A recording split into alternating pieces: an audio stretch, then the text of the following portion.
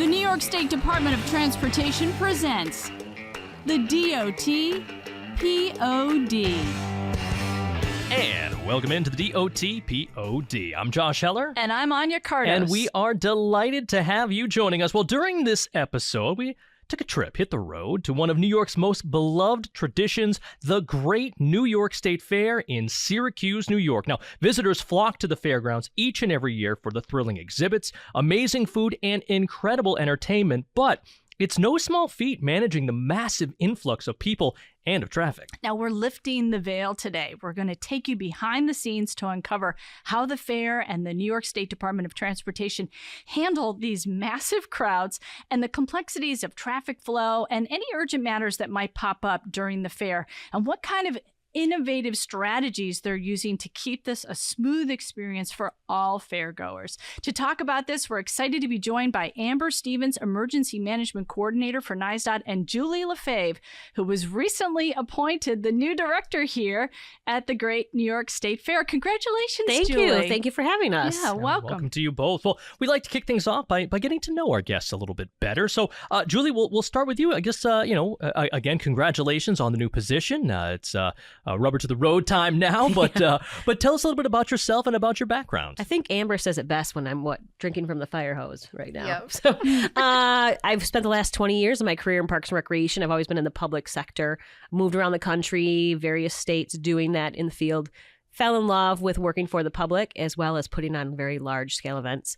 Previous to the fair, I was 5 years City Parks Commissioner with the City of Syracuse, a job that I never really envisioned leaving so soon, but it was one of those things, saw an opening here at the fair, and how do you not apply for that? Right. So I took a chance, and a year and 3 months later, here I am, working with people like Amber and so many other wonderful people who make this fair what it is. So you're not local. You're not someone who grew up going to the fair. No, I've been here 19 years now, though, so it feels like a lifetime. But no, when I was around the country, I hit other state fairs. I hit the North Dakota State Fair, Idaho, South Dakota, when I was on that side of the country. But as soon as I moved here in late 2005, I became that typical fair goer, hitting it up, found my own favorite food spots and my own favorites that I'll keep to myself. Yeah, and a fellow Michigander. That's right. High-fiving you. That's right. I carry my map with me wherever I go. I'm from here. Now, Amber, you started out in construction, right? Actually, I began in maintenance. I was driving snowplow for DOT. Gotcha. So how did you make that transition from that snowplow driving to now emergency maintenance? Obviously, there's a lot of crossover, but talk about your transition and how you got here. So prior to starting with the state, I actually worked for a private construction company doing disaster management plan and operating heavy equipment. So after I had a child, it was more conducive to stay home a little bit more. And I decided to come work for the state. I started plowing snow out of Cortland Tompkins and kind of just started taking tests. And really the nice thing about working in state service is if you're ambitious and you want to do something different, all you have to do is study hard and take tests and you can move up. Well, let's get to the fair and this partnership between NYSDOT and the state fair. Last year was a really great year for you, right? So you've got so many fairgoers coming and expected this year. How do you ensure safe pedestrian access and, minimizing congestion? This has got to take so much meticulous planning just to pull this off. Take us to the beginning of this. Like, how does this work at months back, I'm assuming? I mean, Amber, we meet every few months here. As soon as we wrap up here, we're all meeting today to go over kind of those final preparations. But if you think about the fair, it's the fairgrounds, but it's actually kind of a living, breathing city for 13 days. You have infirmary here, you have troopers, you have DOT for traffic management, health departments here, labor departments here, weather services here. We're a living, breathing city. Population of Syracuse is 150,000. You may have 100,000 people here on one day. So think we are amazing. A city. So we don't all have to be experts in what we do. We just have to make sure we have all those experts at the table. And that's what we do. So like I said, in an hour here, we're going to go over all those final logistics of how we're going to make this fair the safest one of it is, safest one out there. I'm curious because we were joking on the way here that, the fair it's 13 days, and those 13 days must be absolute madness. And then I'm sure once it's over, you breathe a sigh of relief. But at the same time, it's not over. I mean, the fair it is those 13 days. It is that almost 2 weeks. But it's 365 days a year. I mean, the planning, the preparation for next year probably starts, the following week after the fair ends. I mean, this is not a or has already. It's already begun. Oh, planning for yeah. next year. Yeah, goodness. We're already taking notes of things that maybe we didn't have time to change for this year, or we have to start planning next year's capital plans or projects that we know are happening. But the fair ends for the fair goer on Labor Day.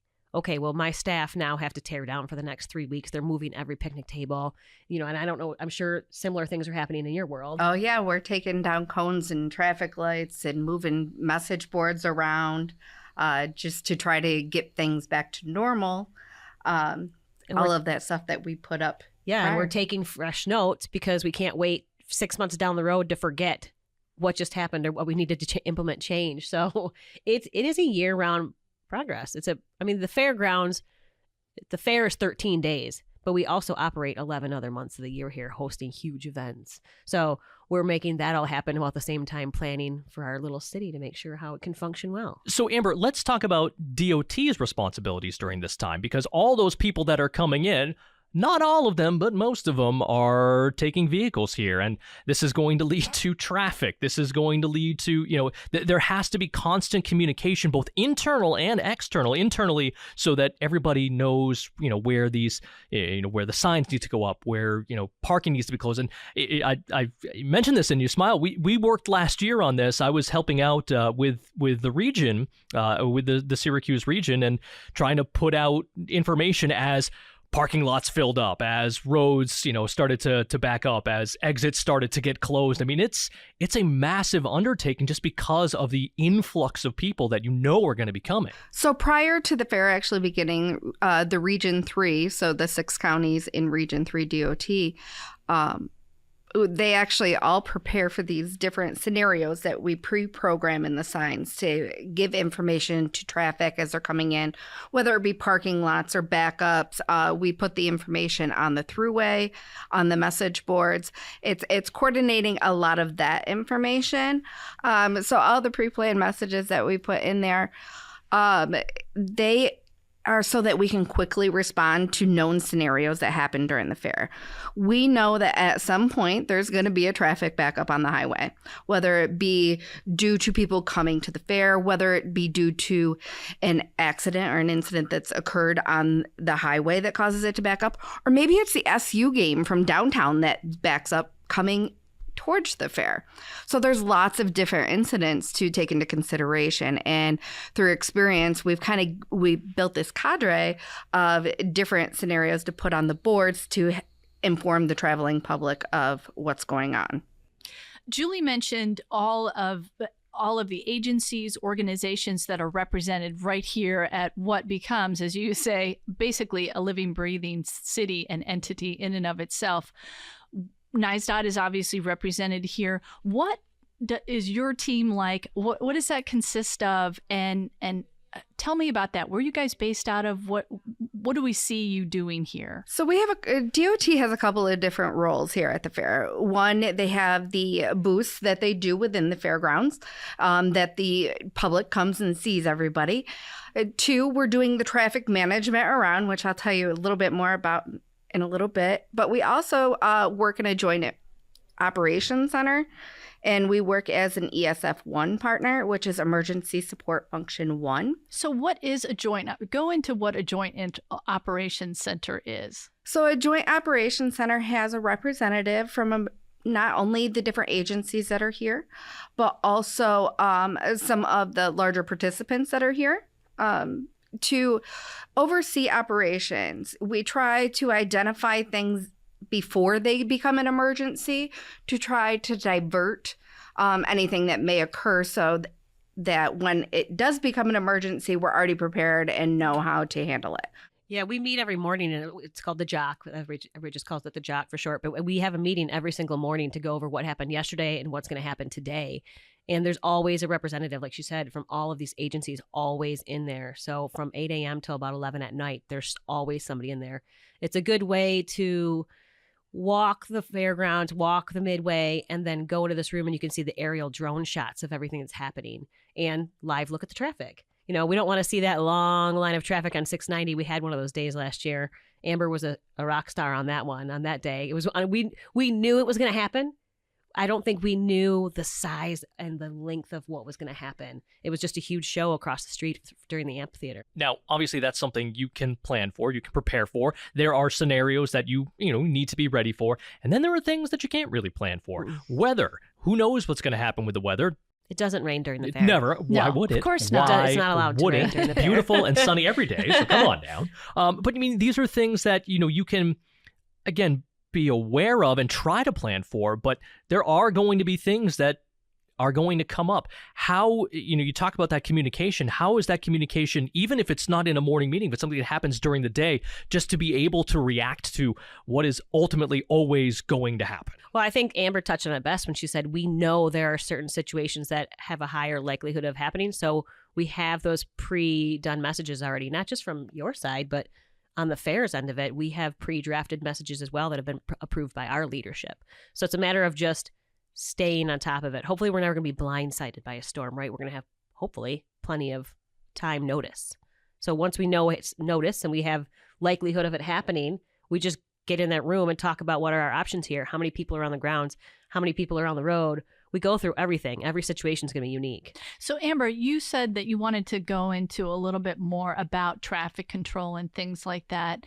Can you go into some specifics? It's interesting because sometimes we don't know how the sausage is made, so to speak. How does that happen here? So, like I told you before, that we have the Joint Operations Center. We also have another location that's located in the Orange Lot at the fairgrounds. And we kind of we're constantly not only watching the cameras and the drones, but we are constantly out there just watching traffic go as it is. So there's actually drones up in the air observing traffic and foot traffic, making sure that everything's running smoothly. And you can see that back here? Yep. Really? We have that displayed not only on the grounds, we have it in our trailer, as well as we provide that into the state police and the parking trailer. Our friends at OIEC, Office of Interoperability Communications, come in early and make sure that all of our radio and our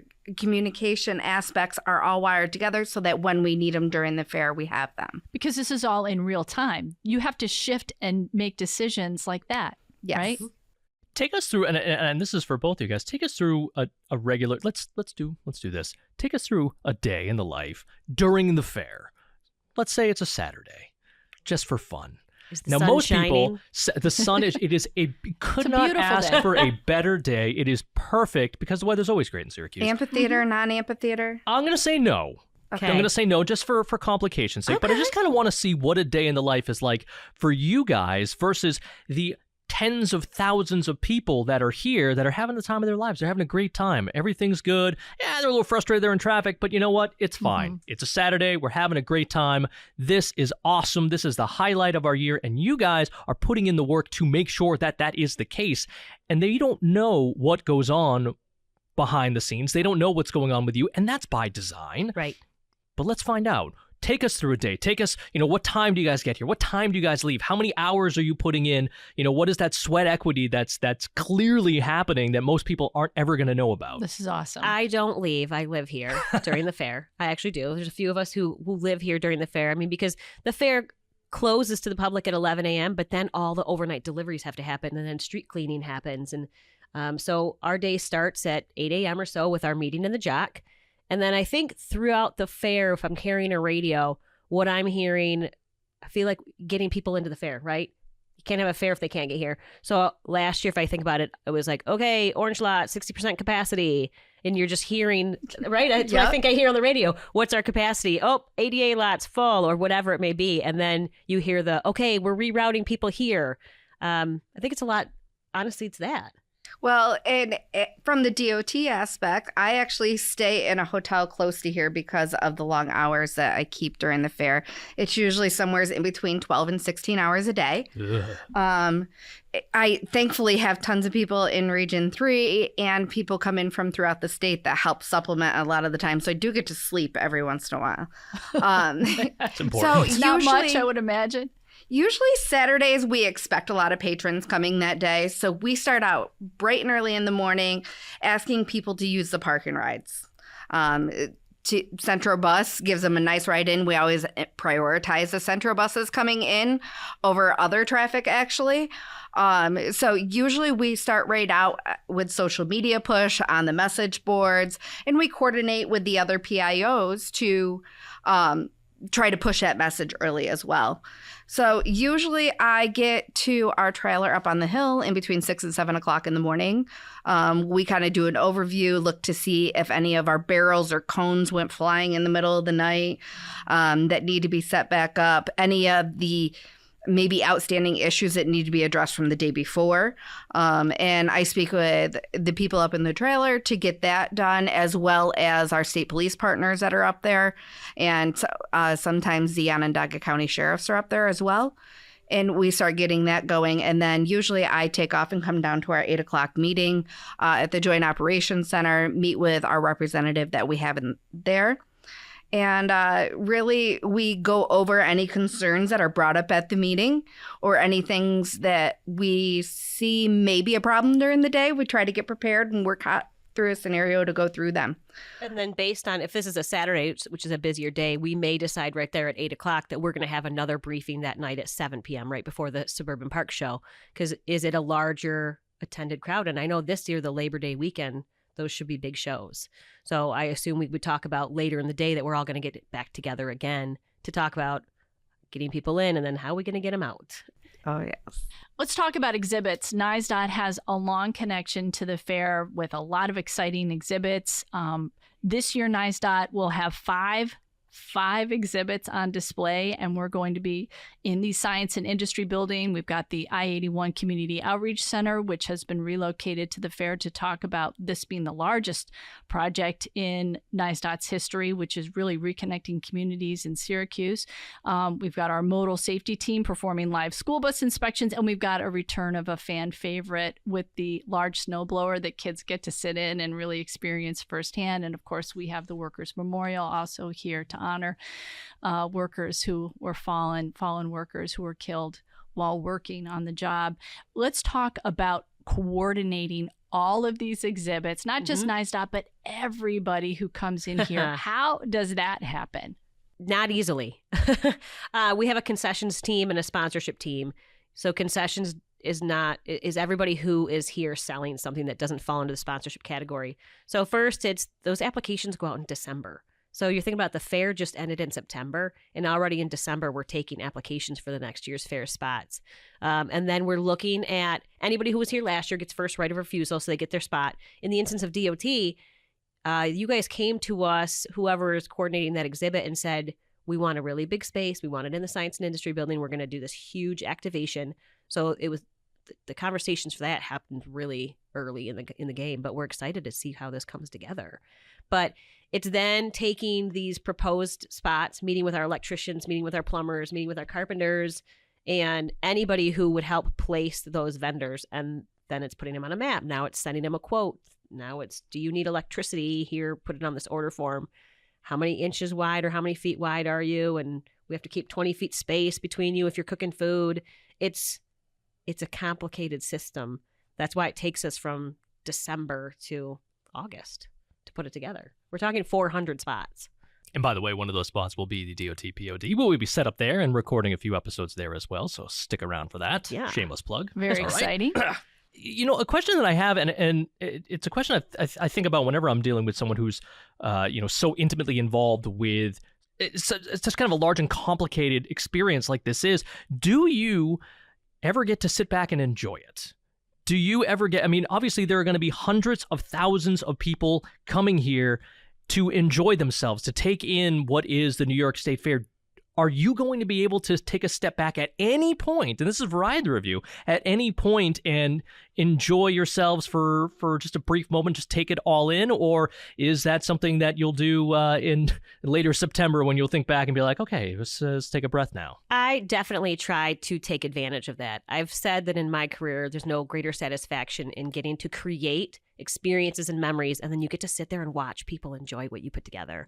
And I think that's a really amazing opportunity. I don't think any of us here take it lightly. But no, during the fair last year, if I compare to last year's fair, we have an employee who's been here 57 years. We actually have 2 employees who've been here 57 years.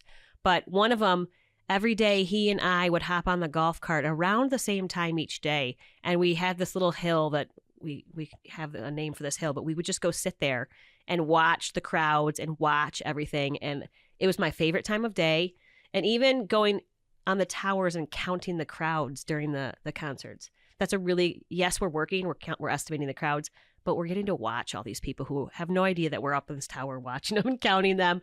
But it's such a fabulous thing that we get to do here. People come here every single year and they have all these great memories at the fair, and we get to do that. And I think we're really honored to be able to do that. What about you, Amber? Do you ever get to sit back and take it all in? Yeah. Yeah, so I get a couple of different things. The first thing is every morning when I come to morning meeting, every couple of days we bring in new representatives for the Jock, and usually I take them on what I call as a world tour, because usually they're not from the area, and some of them have never even been to the fair before. So I will put them on the golf cart with me, and then we will go around and I'll kind of explain the different things that are on the fairgrounds. We'll take them up where the helicopter pad is, and kind of give them a broader overview, and then I bring them up to the traffic trailer so they can see there, and usually a ride out to where the drones are launching from. But the last day of the fair, Labor Day every year, usually the DOT team kind of takes over for me for quite a few hours. My son actually comes up on the last day of the fair every year, and I get to have a wonderful time walking around and letting him see the sights. So I really enjoy that. Can we talk about new stuff this year and maybe go into what we'll see and maybe some advice for people who are coming as far as traffic and what might be some new highlights that they may not know about? We have a lot of new activities and exhibits that we're unveiling this year. There's a really passionate team here at the fair. One of the things we're excited about is every single year we try to become more accessible, more friendly for all fairgoers. So we have a sensory room this year. It's being built right now, but we have recently become certified. We're a sensory-friendly fair. So we're going to have a room that's open all 13 days, and it's going to be that quiet space, that relaxing space for our fairgoer who needs to step away from the noise and the sound or the lights. One of the days is going to be a sensory day. So from 9 a.m. to 1 p.m., we're going to ask that the midway be quiet. We're going to ask our food vendors or anybody out there, please turn down your music. We're not going to be able to eliminate all sounds, but we're going to do our darndest to make sure that we can make it so it's not completely overwhelming. We have 40, I got a count from my staff, I think we have 45 or so new vendors. So that's not just food, that could be selling books or selling other items. So we're excited. We have some kinds of food that we've never had before. Asian Village and Latino Village. Last year were only 4 days each. They're going to be 5 days each this year. They are continuing to grow and highlighting the foods from Asia and Latin America. Excited about that. We are testing out our first ever 9 p.m. Chevy Court show with DJ Swifty. So it's a Taylor Swift DJ band cool. DJ who's going to come in at 9 o'clock at night, and we're going to try this out. And I think it'll go over well. We have new rides on the midway. We have this area we just call it a dead space. There's no electricity there. There's no sewer there. It's not really a usable space. But somebody made a comment and I was like, challenge accepted. We're going to put something there. So it's going to be a slow growth this year, but we have a 2-day cornhole tournament going there. And then we're going to have a volleyball tournament on one of the days. So, 3 isn't a lot when you're talking about 13 days, but it's better than 0 days. And that was just a space. It's actually by the memorial. It's just this beautiful green. It really is a beautiful green space because we have drone shots of everything from last year. And I'm like, I love that space. I would sit there myself every once in a while on my golf cart and watch the midway. But there's a few other surprises that we have coming too. We're not going to announce everything right now. August 21st through September 2nd is the time of the fair this year. So right around the corner. Advice for people coming to the fair, for people driving to the fair. What general advice would you give to someone who's coming to the fair this year and wants to make it as smooth a trip as possible? Buy your tickets in advance. You get 100,000 people on the fairgrounds, and Wi-Fi can be tough. We actually have a new Wi-Fi signal at our gates and in our parking lots where people usually realize that, oops, I better buy myself a pass to get into this fair. And then plan your trip, right? Don't leave 20 minutes before you want to be here and you want to park and then walk a half mile. Plan your day. We also, if you know what you want to see at agriculture competitions, if you're really into flowers, go check out our daily schedule for when we're going to have the zinnia show or the peony show, whatever it may be. Plan in advance. We have a schedule of all activities are already online. We're add to it daily. And then go into the app that's called the Fair Finder. So if you're really interested in chicken wings, find out where the chicken wings are. If you really want a hot dog, or if you really want the Haitian food that we're unveiling this year, plan it out in advance. What a great idea. Yes. But if you are a Midway junkie and you get your Mega Pass, which gets you on the Midway every single day of the fair that you come, last year there was a big holdup, kind of crashed some systems because everybody came on day one of the fair and tried to convert or redeem their Mega Pass. So what we're doing this year is Saturday to Tuesday before the fair, anybody who purchased that Mega Pass, they can come before the fair starts, get that picture in hand, upload the picture, and then they can walk in the gates at 9 a.m. on opening day of the fair and be ready to go. So that's one way we're trying to improve the customer experience so that there's not those long lines at the Midway. Amber, traffic? Just like Julie said, try to plan your day, come early, and if you have special passes or anything, make sure those are displayed in the window.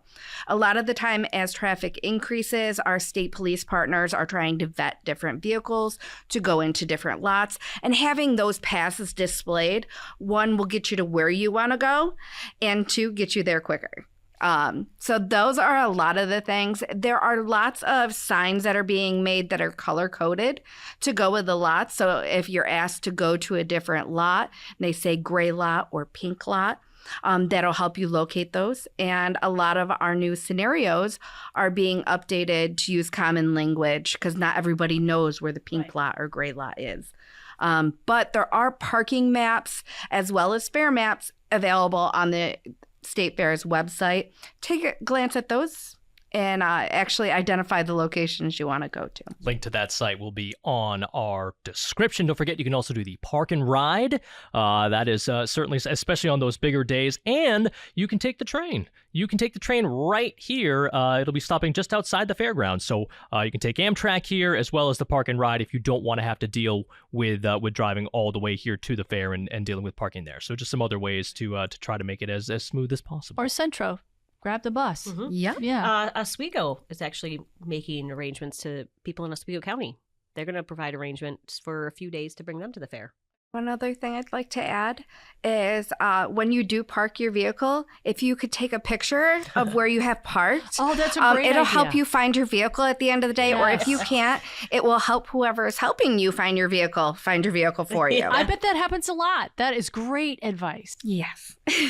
Yeah, there's usually a lot those clueless faces at 10:30 at night or so. Oh, you no. know they don't know where they're going. Yeah. I think we've all had those faces. I've totally done that. Had those they faces. keep trying to set off their car alarm, but they're not hearing it. Know the difference between the orange lot and the brown lot. Or if you rode in on a bus. Yes. Right.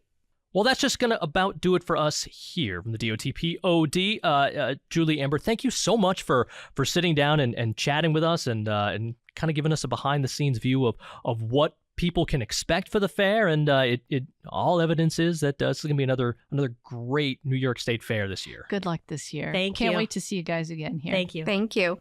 So again, thanks so much, everyone, for tuning on in this week. You can reach out to us, podcast@dot.ny.gov. The easiest way to do it, that's podcast@dot.ny.gov. So thanks so much for listening in. Until next time, we'll be right back here on the DOT POD.